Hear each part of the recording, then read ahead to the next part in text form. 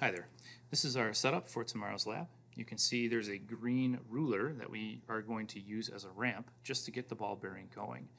The ball bearing is then going to roll down until it goes onto a metal rail, and it's going to roll along that metal rail for a certain displacement. And that displacement is going to be decided by you. And at the end of the displacement, you're going to place an eraser. And that eraser is going to mark the end point, the X2 position. Your job will be to time out how long it takes to move through those displacements. You can measure the displacements with the meter stick. I laid my meter stick right next to the rail. You may want more than one because some measurements are greater than 1 meter.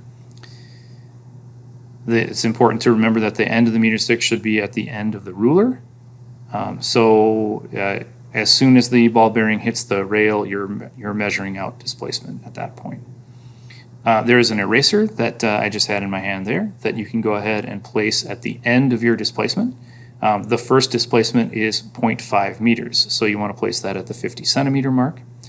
I do have my stopwatch out function on my calculator phone out, so I'm going to go ahead and use that to measure out the times that it takes for the marble to get from the bottom of the ramp to the eraser. Again, measuring out the time from the bottom of the ramp to the eraser. So the moment it starts on the metal rail to the moment it hits the eraser, and we want to do that 5 times and take the average. You need to do that for 0.5 meters. You need to do it for 0.75, for 1, for 1.25, and 1.5.